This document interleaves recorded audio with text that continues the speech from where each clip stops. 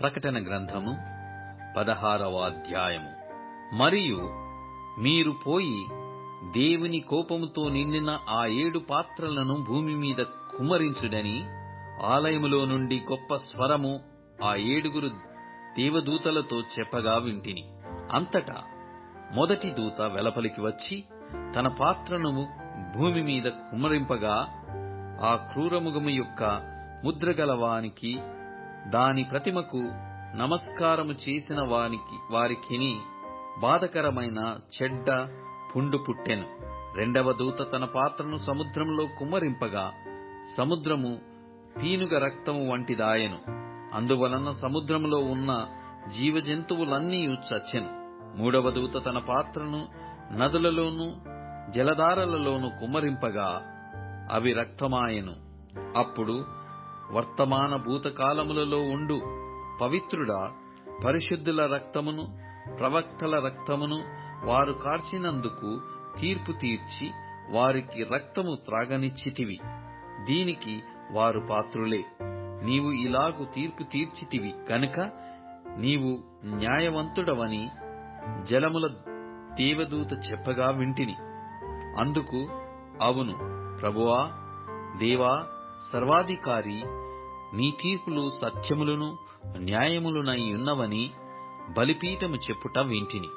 నాలుగవ దూత తన పాత్రను సూర్యుని మీద కుమ్మరింపగా మనుష్యులను అగ్నితో కాల్చుటకు సూర్యునికి అధికారము ఇయ్యబడెను.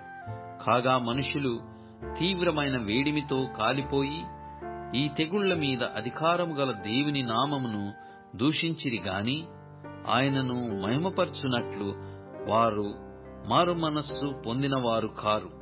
ఐదవ దూత తన పాత్రను ఆ క్రూర మృగము యొక్క సింహాసనము మీద కుమ్మరింపగా దాని రాజ్యము చీకటి కమ్మెను. మనుష్యులు తమకు కలిగిన వేదనను బట్టి తమ నాలుకలు కరుచుకొనుచుండిరి. తమకు కలిగిన వేదనలను బట్టియు పుండ్లను బట్టియు పరలోకమందున దేవుని దూషించిరి కాని తమ క్రియలను మాని మారు మనసు పొందినవారు కారు. ఆరవ దూత తన పాత్రను యూఫ్రటీసు అను మహానది మీద కుమ్మరింపగా తూర్పు నుండి వచ్చు రాజులకు మార్గము సిద్ధపరచబడినట్లు దాని నీళ్లు ఎండిపోయెను. మరియు ఆ ఘటసర్పము నోట నుండి, క్రూర మృగము నోట నుండి, అబద్ధ ప్రవక్త నోట నుండి కప్పల వంటి 3 అపవిత్రాత్మలు బయలువెడలగా చూచితిని. అవి సూచనలు చేయునట్టి దయ్యముల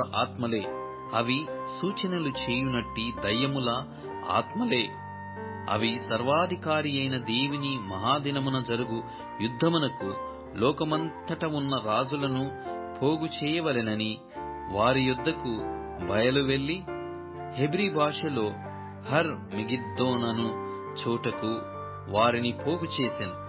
ఇదిగో, నేను దొంగవలె వచ్చుచున్నాను. తాను దిగంబరుడుగా సంచరించుచున్నందున జనులు తన దిశములను చూతురేమో అని మెలకుగా ఉండి తన వస్త్రము కాపాడుకొనువాడు ధన్యుడు. ఏడవ దూత తన పాత్రను వాయుమండలము మీద కుమ్మరింపగా సమాప్తమైనదని చెప్పుచున్న ఒక గొప్ప స్వరము గర్భాలయములో ఉన్న సింహాసనము నుండి వచ్చెను. అప్పుడు మెరుపులును ధ్వనులును ఉరుములును పుట్టెను. పెద్ద భూకంపమును కలిగెను. మనుష్యులు భూమి మీద పుట్టినది మొదలుకొని అట్టి మహాభూకంపము కలగలేదు. అది అంత గొప్పది. ప్రసిద్ధమైన మహాపట్టణము 3 భాగములాయెను. అన్యజనుల పట్టణములు కూలిపోయెను. తన తీక్షణమైన ఉగ్రతయును మధ్యము గల పాత్రను మహా బబులోనునకు ఇయ్యబలెనని దానిని దేవుని సముఖమందు జ్ఞాపకము చేసిరి. ప్రతి ద్వీపము పారిపోయెను, పర్వతములు కనబడకపోయెను. 5 మనుగుల బరువుగల పెద్ద వడగండ్లు ఆకాశము నుండి మనుష్యుల మీద పడెను.